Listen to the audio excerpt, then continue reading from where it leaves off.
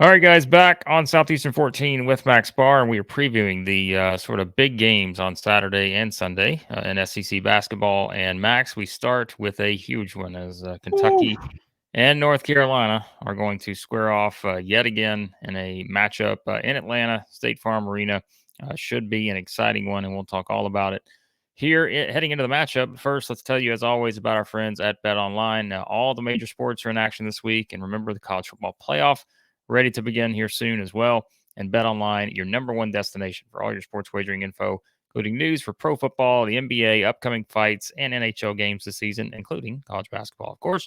And you can head over to Bet Online today, betonline.ag, to get in on the action and see all the updated odds for the week. And remember, use that promo code BELIEVE, BLEAV, to receive your 50% welcome bonus on your first deposit. So if you guys want to bet on these games that we're previewing, you can do that by heading over to Bet Online. Promo code BELIEVE, BLEAV, 50% off welcome bonus on your first deposit. Bet Online, where the game starts. All right, Max, Kentucky versus North Carolina, always a fun matchup to kind of look at because, we know these are two teams that traditionally are usually doing pretty well for themselves. And that is kind of the case already this season. Kentucky sits at 7-2, finally have a full squad at their disposal for the first time. It seems like this season, basically. Kind of really starting to maybe build a little momentum are the Cats, even though we know they had the head scratching loss to UNC Wilmington recently. But North Carolina, meanwhile, also 7-2. Their two losses to Villanova and UConn, so nothing to be too upset about there. And of course, we also talked a while back, I guess probably a couple weeks ago now, about their 192 victory over Tennessee, where they put up 61 or whatever it was in the first half. So two powerhouses here, Max. I mean, these two teams are, again, we know kind of the talent on both sides. It's pretty clear, and it sets up for a pretty exciting matchup, I think, between these two in Atlanta. Game of the week, Blake. Game of the week. I've been waiting since Sunday for this game. My gosh. I cannot wait. Let's do what we usually do, try to anticipate what we think the odds are going to be. I do it every time. I'll take all the averages from all the analytics sites, take in where the game is being played, neutral court. Going to give this about even, okay? Yeah. Some give or take +2, -2 either side, okay? Coin flip. Take who you like. Let's break this game down a little bit. If you're looking at UNC from the defensive side, okay, they do not force turnovers, all right? 236th in turnover percentage, 309th in steal percentage. They're not going to turn Kentucky over. Kentucky's going to be able to do what they want to do on the offensive side. But what I did is if you go into Bart Torvik's analytics, you can kind of break down from which point in the season you want to see. So I did about 3.5 weeks, about 4 weeks to look at these two teams, and they are almost identical, Blake. North Carolina, 5th in offense, Kentucky, 12th. Okay. And then defense, North Carolina, 127th, Kentucky, 136th. So you're looking at two teams with a bunch of offensive firepower that haven't really figured it out on the defensive end yet. One team gets back a 7-footer, one team does not. So I expect Kentucky's defense to improve with the addition of Aaron Bradshaw as he gets more comfortable in the lineup, while North Carolina just has to figure it out. Okay, so I like that part. But the main thing that I really like about this game, Blake, the main reason why I'm leaning towards Kentucky is the bench play. Okay, North Carolina only played 6 guys in double-digit minutes versus Connecticut last game out. Okay, they lost only 6 guys, and that 6th guy is Trimble. After Trimble, it falls off of a cliff. Okay, so North Carolina not going to get in, not going to make Kentucky too uncomfortable offensively. They're not going to kill them when they go to the bench. And these teams look pretty similar. One of them adds a 7-footer. One of them doesn't. I'm liking Kentucky, Blake. Come on. I'm getting fired up for this game. Already just throwing out picks. Like, spoiler. Give me him. So don't even fired continue up. watching, folks. Just stop it right here. I'm just kidding. Please continue to watch. That helps us out here at the channel. But no, I think, again, like you said, it makes sense if you're looking at it. I'm like, all right, this sort of feels like a pick 'em between these two teams because it does. Obviously, the experience of North Carolina is something that, look, those are guys who have played a lot of minutes in college basketball when you go up and down the line, right? And you just kind of look at what, Davis has done, Bacot, and just continue on. And like you said, though, the minutes distribution is interesting. You know, kind of what their lineup's going to be. Like you mentioned, you kind of look at how they played to this point, the rotation, and that was kind of an interesting, I think, game to play against UConn because this is a similar setup, right? Like you're not coming Yep. off a game where you're beating a team by 50 or 40 and you've got minutes all over the place. Like you kind of get a good idea, I think, of, what a team's going to do because they just played a defending national champion. And so, of course, North Carolina's had a little time since then now. And I think that's something too to bring up, right? I mean, North Carolina hasn't, by the time they haven't played in 11 days by the time this game tips off, right? Because that game was on December 5th. And I was just thinking, oh, yeah. It's like, when did that game happen? And I looked at it, I'm like, it's December 5th, man. That was, Yeah. we're recording this on Thursday. That's 9 days ago.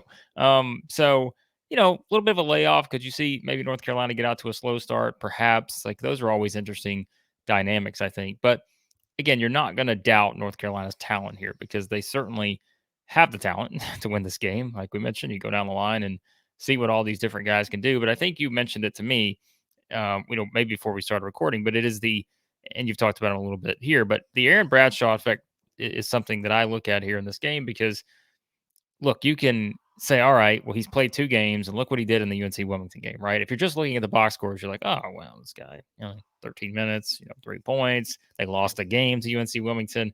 We said this was a sort of ease back in type game, but then you kind of flip it. And when we watch the Penn game, you see it. Like you see what's there. You see what this guy can do and how he affects the game.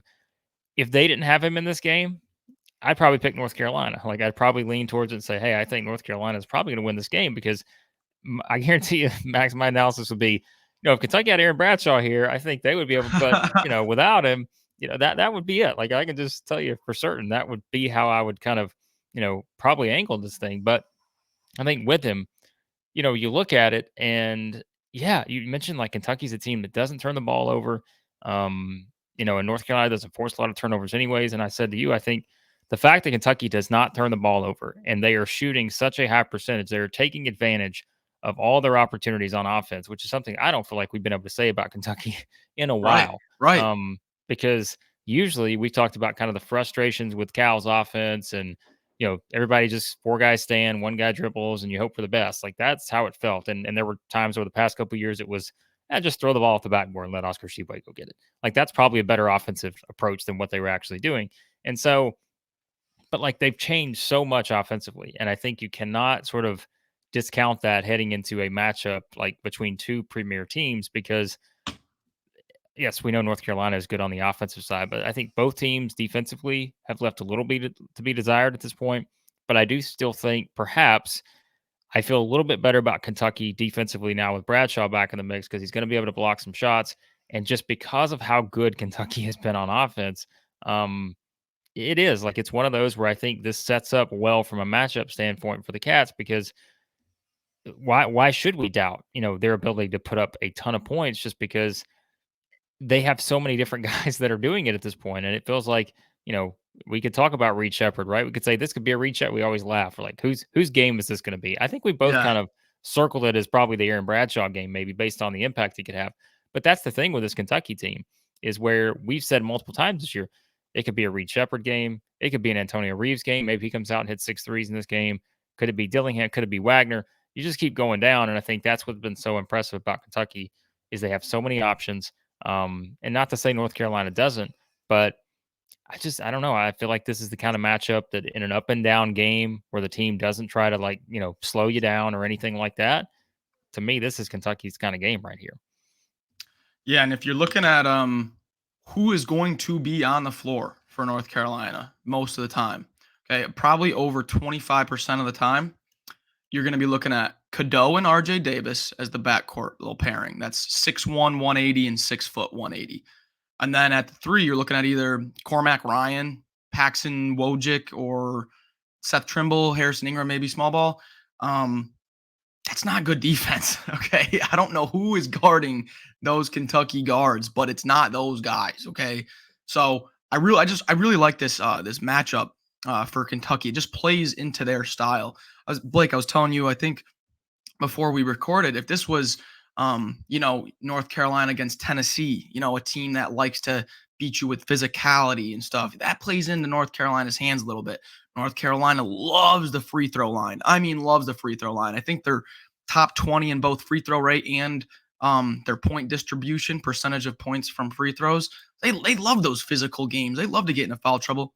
Kentucky wants nothing to do with that. They're going to fly up and down and shoot as many threes as they can. And that's not very good for this North Carolina team.